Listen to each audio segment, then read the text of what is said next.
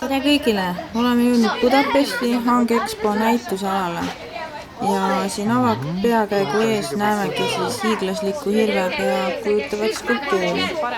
Spetsialistid rääkisid meile, et see kaalub ligi 10 tonni ning on 10 kuni 12 meetrit kõrge ning on kokku pandud siis punahirve, kabehirve ja metskitse leitsarvedest. Nagu näha, siis hirvepea skulptuuri on võimalik kaeda ka lähemalt ja sealt lausa läbi kõndida.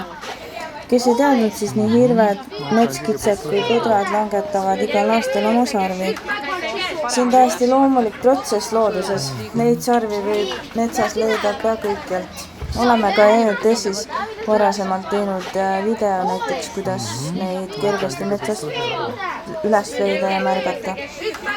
Et leitsarvede puhul on tegemist siis väga kauni looduspärandiga, neid kasutatakse mitmel puhul, on nad nii sisustuselemendiks kui ka näiteks ehetena kasutatavad. Seega võib öelda, et jahimehed kasutavad ressurssi võimalikult nutikalt ja efektiivselt ära, nii nagu ka jahieetika meile ütleb.